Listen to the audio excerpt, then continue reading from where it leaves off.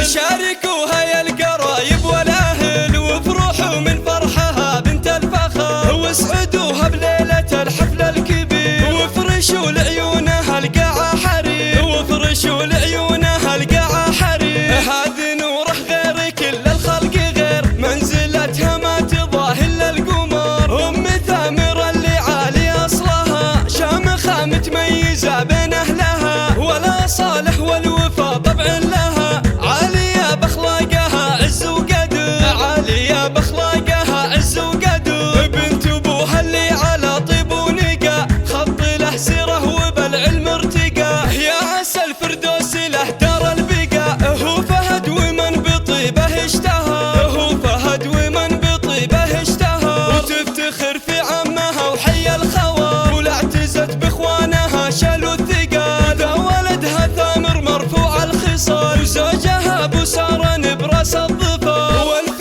مبروك للعروس الفاتنه، العجايب سبع وريم الثامنه، اول فرحه فالحنا يا ساكنه، واول الاحفاد صار اغلى الدرر، واول الاحفاد صار اغلى الدرر. سارها يهبى الجمال وبالدلال، زانها الله بالفضايل والخصال، والخوات اهل المهابه والكمال، ملكوا جمانهم اغلى البشار. والختام الله يديم افراحكم، والهنا يبطي بكل احوالكم، ويا عسى التوفيق دايم جاركم، والسعد دايم